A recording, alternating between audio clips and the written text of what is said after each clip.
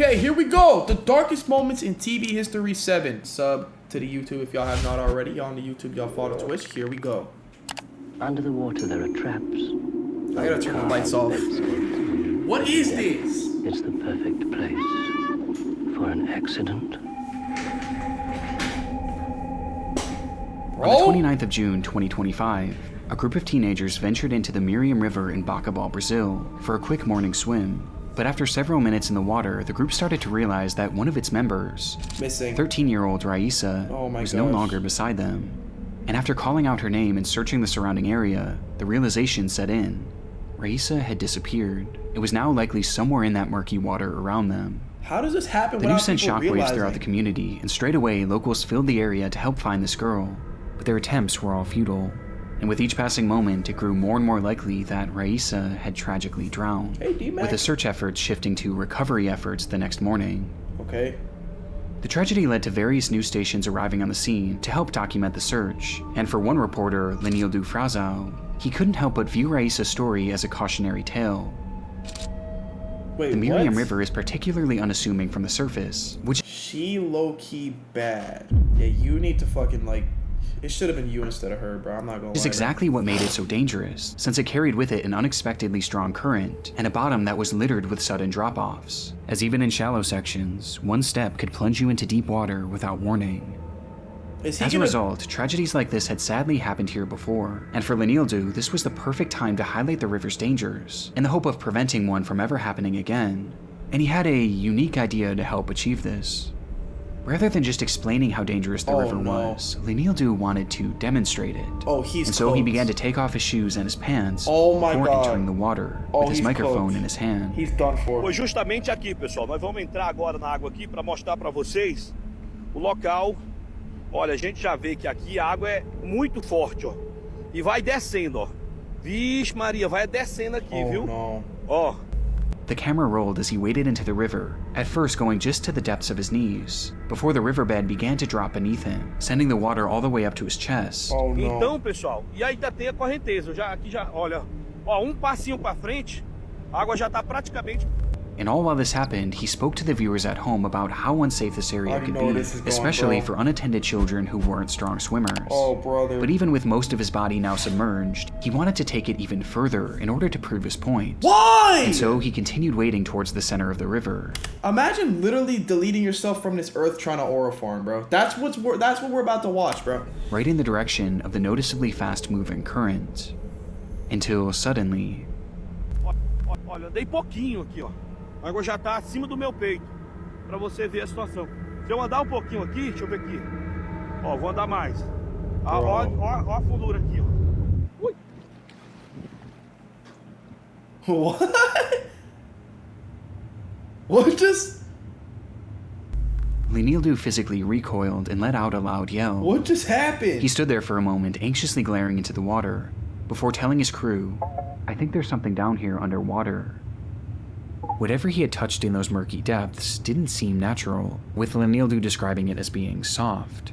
And quickly, he made his way back to the shore, where he further explained why he was so shaken by the ordeal, admitting that what he stepped on felt like an arm. What? Okay. This is the exact moment that many believe Raisa was found. See, like, how does this happen, bro? What is living under the water that just like, just grabs people, bro?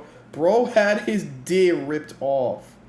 Bro, what? As just moments later, several locals would retrace Lenildo's steps and discover the 13-year-old's body in the same exact location. Dude, what? Raisa had died from an accidental drowning, as she wasn't a strong swimmer, and had likely fallen into the deep water where she was held down by the current. The exact conditions that Lenildo had been warning the viewers about, when he unknowingly stepped on her corpse. With the entire ordeal culminating into what can only be described as one of the darkest moments in television history. What's good, Icy? Nick Crowley presents. Dude, what the hell, bro? What the fuck? Dude, I'm not gonna lie, this video is good so far, bro. This shit's really interesting, bro. They're just like you and me, but together they are a source of endless fascination. And we'll conduct a rigorous scientific experiment into twin telepathy. Is this the intro?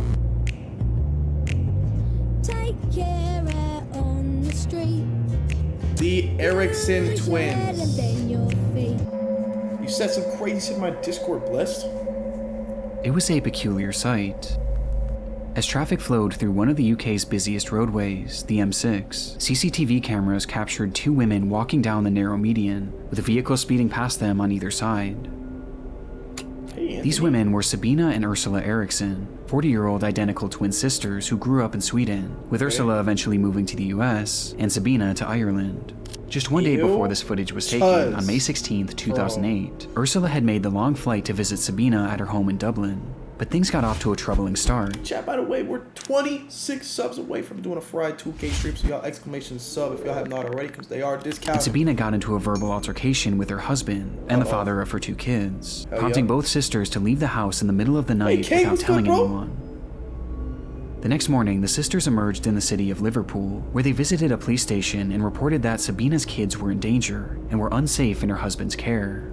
Law enforcement briefly looked into the matter, but ultimately they didn't seem all too concerned with the children's well-being, and rather they seemed more troubled by the women themselves. Their behavior was just somewhat off, so much so that shortly after leaving the station, they were kicked off a public bus for exhibiting erratic behavior, which some passengers found threatening. And after the altercation, this erratic behavior continued, as for unknown reasons, the pair began walking towards the M6, and then eventually right onto it, where we see them now. It defied any sort of logic, and put them in an extremely dangerous position. Why does this look creepy? A position where one wrong move could lead to a horrific accident. And sure enough, that's exactly what would happen. Oh no. Though it was anything but accidental. Without warning, both women turned and then ran directly into the road, and for Sabina, directly into a car traveling in the fast lane. What? Immediately, local police were inundated with urgent calls about the ordeal, leading to a group of officers being dispatched to the scene. And coincidentally, the same group just so happened to have a camera crew following them as part of the show Motorway Cops. The show follows traffic officers as they handle their many daily encounters, ranging from mundane traffic infractions all the way to devastating tragedies. And this segment seemed destined for the latter. Lane 3 is obviously the fastest lane in the motorway. Oh, they zoom. Anyone being hit, you're expecting serious injury, if not life-threatening. Despite the officers fearing the worst, however, when they arrived on the scene, they were met with a surprising sight. Standing there before them was Ursula and Sabina, who despite being struck by a car at high speeds, appeared completely unharmed. Wait, in fact, how do you get hit by a car and just stand up like nothing happened? On the highway? Bro, what? both sisters were entirely calm, as they were shown casually speaking amongst themselves as if nothing ever happened. It was a miracle, and as the officers began trying to piece together the cause of this whole ordeal, everyone at the scene began to breathe a collective sigh of relief. Oh no. There was no way that any of them could have known that their roles had just been cast in one of the most disturbing television scenes of all time. Oh God, what's about to happen? What we've got is they were in the central res. They were trying to cross the Bravo, so as we approached, they hadn't seen us, Miller. The red ones got knocked down by the red car over there. I've got an ambulance en route for us. She was thinking, Seems I all find right, out, what but the hell, bro? I'm not a doctor. She has been knocked down. Is she the one that speaks English or the other one? Yes. The other one, she's the... Oh my gosh. Twitch, this is a skit. This is a movie. Whatever y'all are about to see, this is a movie. It's CGI. This did not actually happen. I'm not a doctor. She has been knocked down. Is she the one that speaks English or the other one? Yes. The other one, she's the... Oh my God. Without a single word being spoken, Ursula dashed into the middle of oncoming traffic and directly into the path of a massive truck traveling at over 60 miles per hour. It happened in a literal instant. There was hardly any chance to react, and before anyone could even begin to process what they had just witnessed, Sabina would also run into the road, not after her sister, but rather straight into the path of an oncoming Volkswagen. The other one, she's gonna run it. Oh no! Mike Alpha, we need ambulance. Senior officers to the scene. We've got 2 possible fatals. What? Within just seconds, this completely calm scene What had turned the into hell? utter chaos, and both women were now lying on the pavement. Miraculously, they both were still alive. Like how? Sabina was stable but knocked unconscious, while Ursula was in rough shape. Her legs had been pulverized by the truck, with paramedics describing them as looking as if they had exploded. And while she lay there on the pavement, she was wide awake and experiencing everything. Within seconds of receiving medical attention, Ursula began to cry out. But strangely, it wasn't in pain. Rather, she was yelling at the paramedics, cursing, and even attacking them for trying to help her. Calm down. Calm down. Mine's very aggressive. Dude, what is going Shouting on? things like, "I recognize you. I know you're not real." Come on, you've hit your head. Calm down. We are the police. Twist, that's ketchup. We are the police. It was clear that she was suffering from some sort of delusion. She But got, while like, officers had their schizophrenia or hands full something, trying bro. to subdue her, things were about to get even more hectic Oh, as God. Sabina started to regain consciousness. Whoa, whoa, whoa, whoa, whoa, whoa, whoa, whoa, whoa, whoa. She had been brutally struck by a car, as evidenced by the damage to the vehicle itself. What is but happening? like Ursula, she also appeared almost entirely unfazed, as she stood up and began to scream to her sister, "They're going to steal your organs." One of the officers tried to hold her back, but Sabina resisted. How do you get hit by a truck or a car twice and just get up like nothing happened?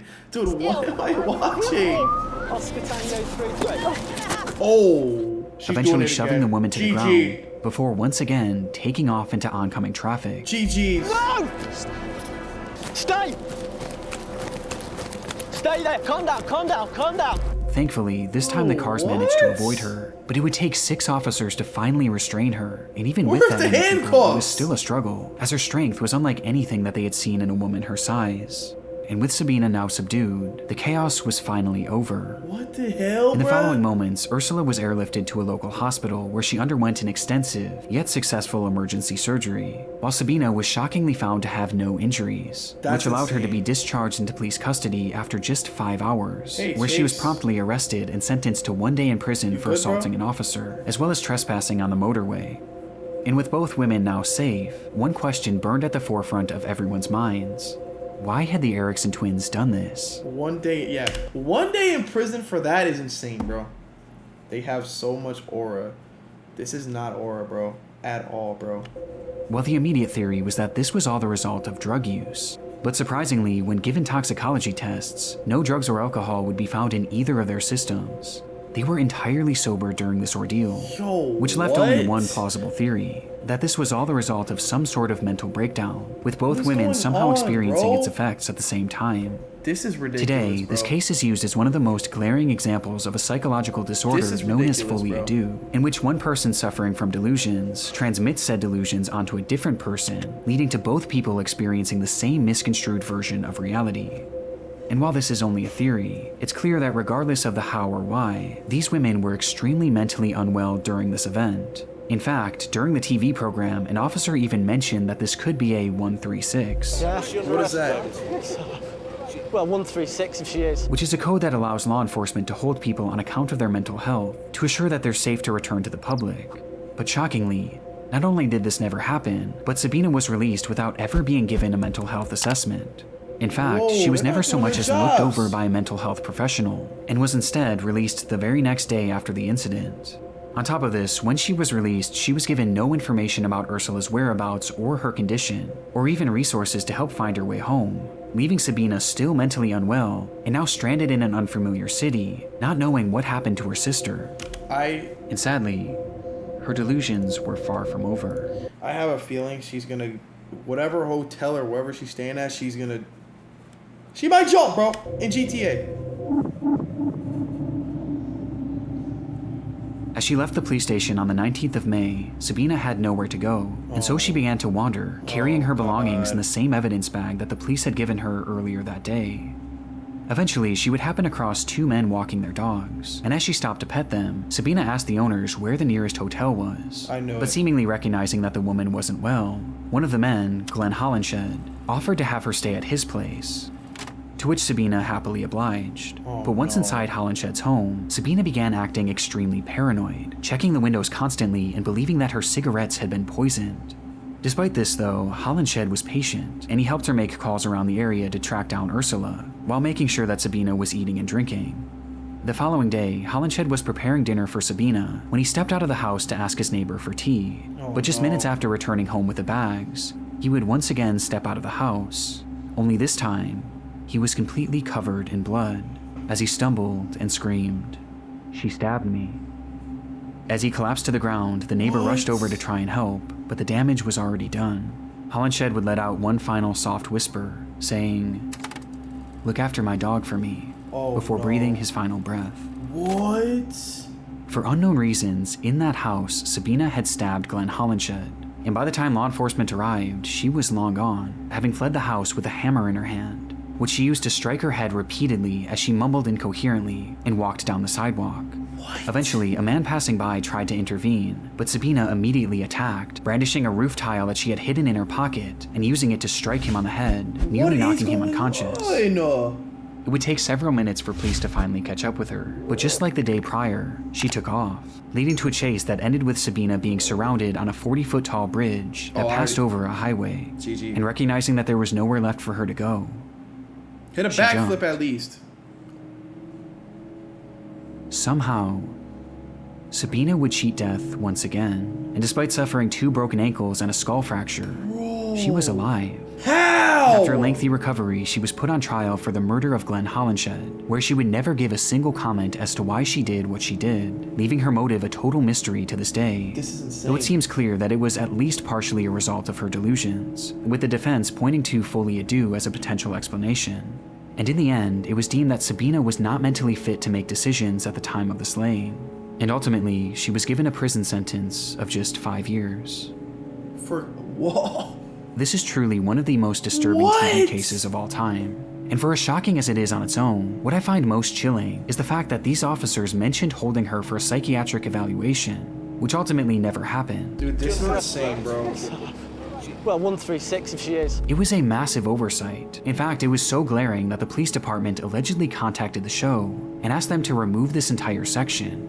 As if they had just followed through with that code 136, Sabina would have been held for longer than just one night, which meant that she not only may have been given the help she needed, but she also never would have had the chance to meet Glenn Holinshed that fateful day. Dude, this is insane, Since her release from prison in 2011, Sabina promptly disappeared from the public eye, and neither she nor Ursula has ever been heard from again, meaning we have no idea whatever happened to the Erickson twins. Jesus Christ. W tone in the chat, y'all. Go get some tone. W tone, They just bro. simply tend to be making the same decisions Dude, at the same this is time. insane, They're bro. Thinking in the same way. This is insane, bro. Cowboys. This is insane, bro. Oh, gosh. It's December 2021. A couple receives a warm welcome as they walk onto the stage, ready to compete in the Croatian television show Super Talent, the country's version of America's Got Talent. Okay. But it's clear this excitement from the crowd wasn't shared by the show's host, who turned to someone standing behind the camera and flashed the unmistakable look of concern. In the minutes prior, the audience at home was introduced to the pair, 34-year-old singer Roman Bernata and his wife, 44-year-old violinist Bianca Kolompar, along with their child, who would be watching on as the two shared their musical talents with the world. You're not seeing the game. In their day-to-day lives, Roman was a professional goalkeeper for a local soccer team, while Bianca was a professional violinist with a doctorate in music. And while on paper this all seems fairly normal, it was immediately clear to those watching that this couple was anything but. The two frequently went on long-winded and bizarre rants, with Bianca opening up about her breast enlargement surgery. Ja sam imala kao cura velike grudi, velika mi je bila želja da to vratim, operirala sam. And the two discussing at length their belief in a living God who walked the earth. Ja osjetim, stvarno imam taj kontakt sa živim Bogom i mislim da je Bog svugdje oko nas, da je Bog osoba, energija, istovremeno, da. But it was their performance itself that proved to be the strangest part of their time on the show. Pozdrav svima. Dobro večer. Vi se mene ne sjećate, jel da? Ja? Ne. Prije puno godina. Aha, ja se nas sjećam kad sam snimala škola, jel ide Hardo, ide? Je, ja se ispričavam, ali stvarno moram vas to pitati. Roman's introduction was fairly uncomfortable, as he made mention of a time that he had met one of the judges years before, who clearly had no recollection of the encounter, which seemed to frustrate him, as his demeanor quickly became hostile.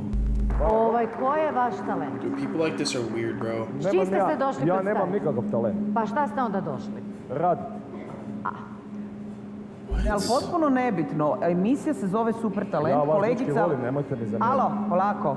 Polako, mislim da ipak ćemo mi ovdje voditi riječ. Može, pa. Leading to Roman receiving his first X before he even sang a single note. Ko je kolegica pitala koji je vaš talent, a naša emisija se zove Super talent, a vi tvrdite da nemate talent, onda vas ja pitam pošto ste došli. Radi.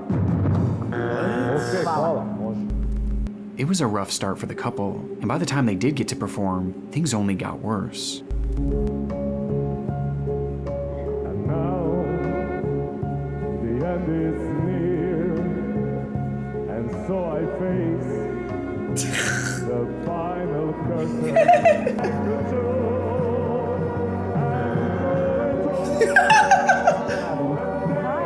What is this? That is not tough. Admittedly, the couple didn't sound awful, but it was clear the judges were frustrated by Roman's demeanor, prompting all four of them to hit their X, signaling the end of the couple's performance. Or at least they thought. You're not cooked, blessed.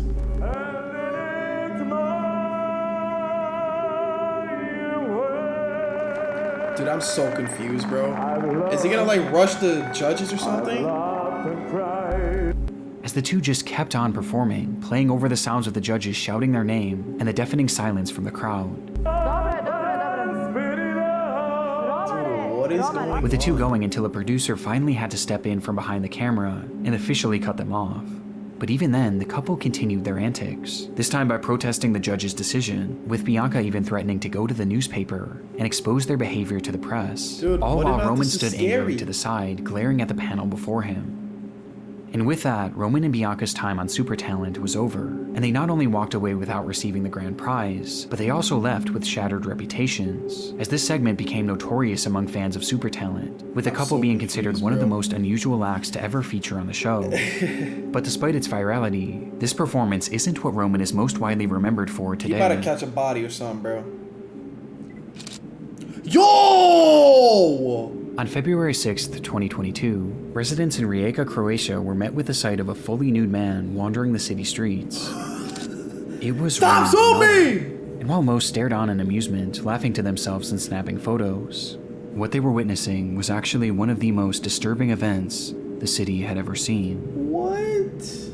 After his disastrous performance just 1 year prior, Roman continued to pursue a career in singing, taking every opportunity he could to share his music with the world, often joining Bianca on her YouTube channel, and singing on the streets for tips, where he actually made a decent amount of money. Though because of his notorious television moment, he would often be harassed and even have the money he earned stolen from him.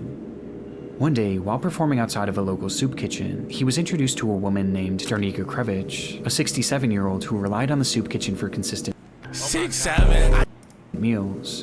And after hearing Roman sing, she became a legitimate fan of his music, leading to the two striking up a friendship. And despite Darnika not having much, she offered to take Roman to a local coffee shop on February 6th, 2022, where she treated him to a warm cup of tea on a cold winter day. And so the two sat inside a restaurant called the Cafe Pin, with everything seeming completely normal, until a server noticed that Roman started to look almost sickly, like he could barely keep himself upright, as his body was starting to slump over the table, his eyes barely open. The server rushed over to help, but Roman recoiled and shouted, "Just try calling the police on me." What? And so, not wanting to escalate things, the server left, only returning later to drop off their check, which is when Roman's behavior took an even more drastic turn. He began feeling around his pants pocket for his wallet, before looking desperately around the table, but there was no sign of it. And so he grabbed Darnika's bag and rifled through it, before yelling, "You snake, you whore, where's my wallet?" Uh-oh. Though when he still couldn't find it in Darnika's bag, his anger turned to violence, as he stood up and rushed Darnika, grabbing her by the head and shaking her, screaming in her face, accusing her of being a thief. This time, multiple people inside the cafe rushed over to hold him back, but Roman was too strong, too angry, and with seemingly no effort at all, he pushed everyone away, completely unfazed by their attempts. In that moment, no one could have stopped Roman. Darnika was entirely helpless, and so the crowd inside the cafe watched as Roman grabbed her by the neck and dragged her behind the bar, and then proceeded to kick, then stomp, and then jump directly on her, over and over again, each time landing on her head. Oh my It was a rage so demented that gosh. he actually began to smile, a wide manic grin, as he jumped and chanted, "Whore, witch, die." Why would they just watch After what this? felt like an eternity, Roman stopped, before sprinting out of the restaurant, leaving Darnika entirely unrecognizable and dead on the floor. The same floor where, just feet away, Roman's wallet lay, having innocently fallen out of his pocket shortly before. Outside, Roman removed his blood-soaked clothes and walked completely naked into the city center, much to the amusement of the passerbys who had no idea what he had just done, until eventually he made his way into a nearby police station and blankly stated, "I am not well."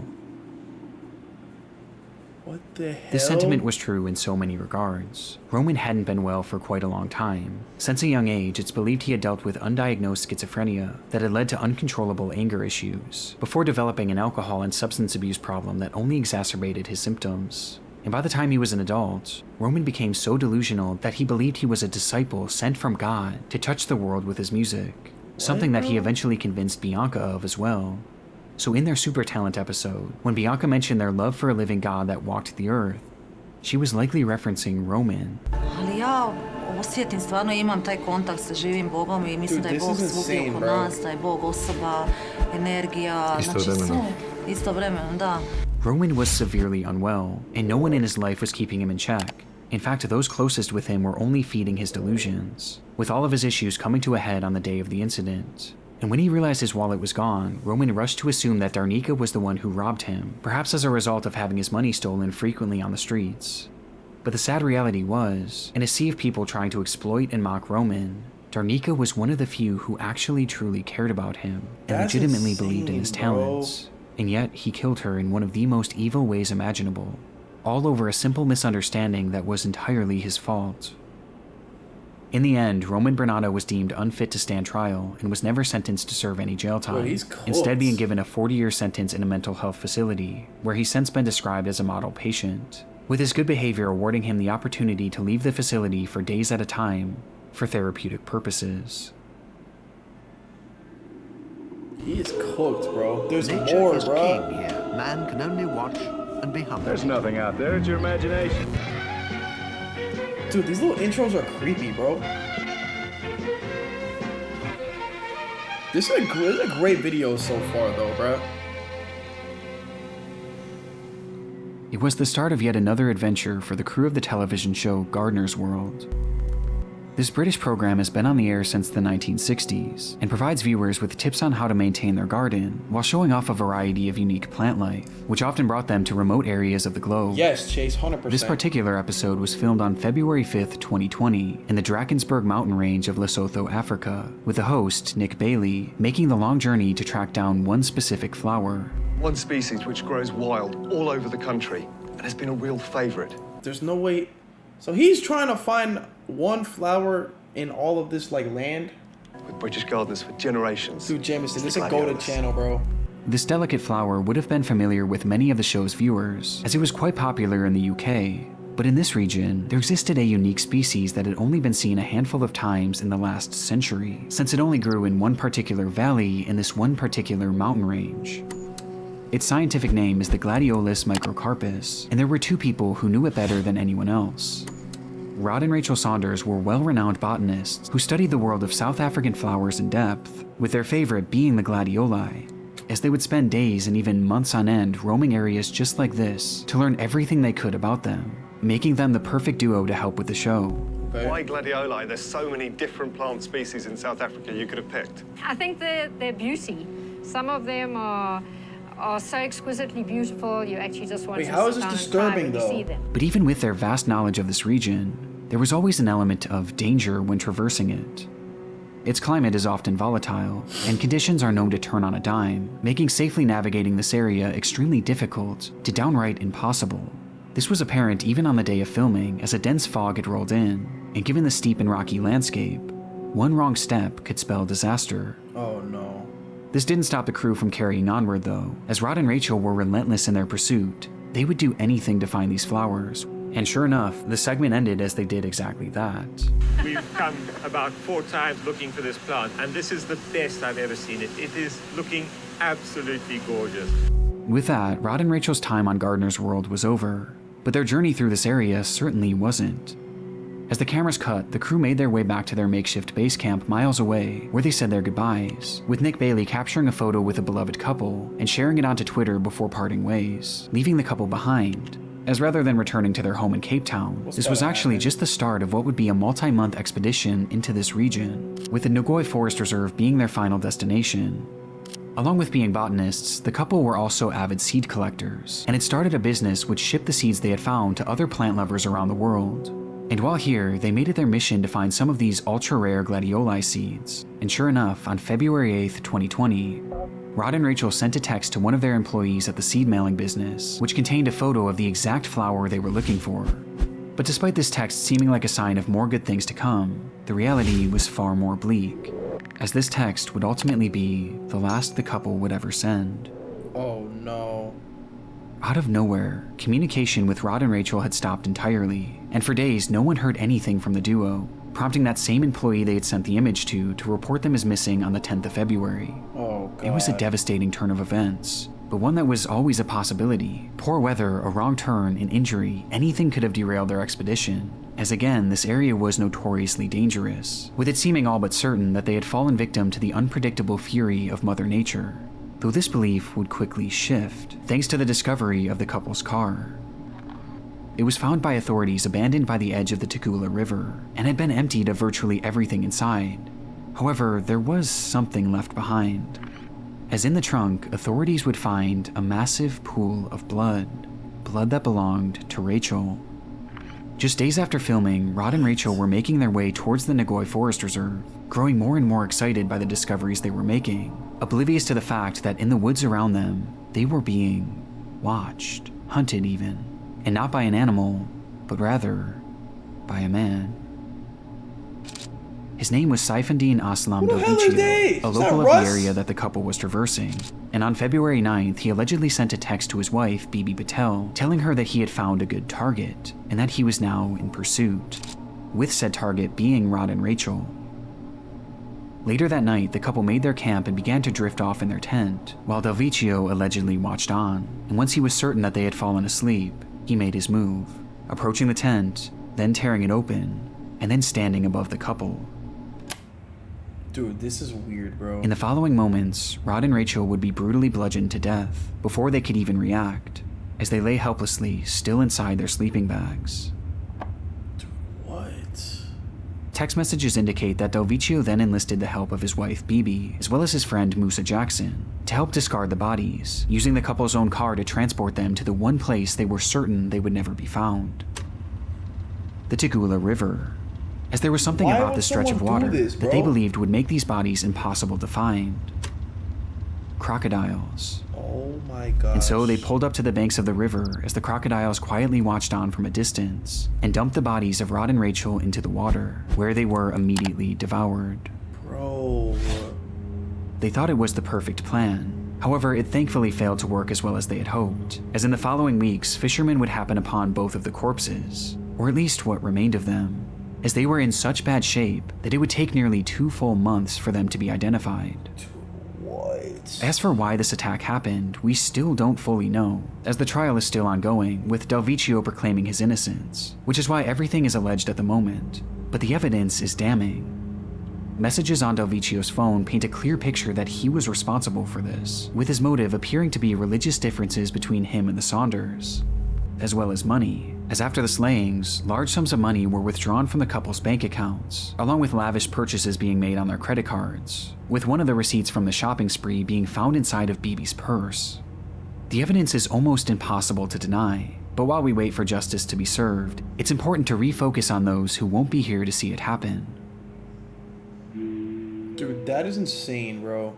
Rod and Rachel truly did nothing wrong. They were 2 incredibly wholesome people who were just trying to find and connect with the flower that they loved so dearly. And while their interview days before their death is an undeniably dark television moment, it also serves as an incredible tribute, as one of the last things they ever did in their lives was share their love and passion for gladioli with the world, the flower that they ultimately gave their lives to find.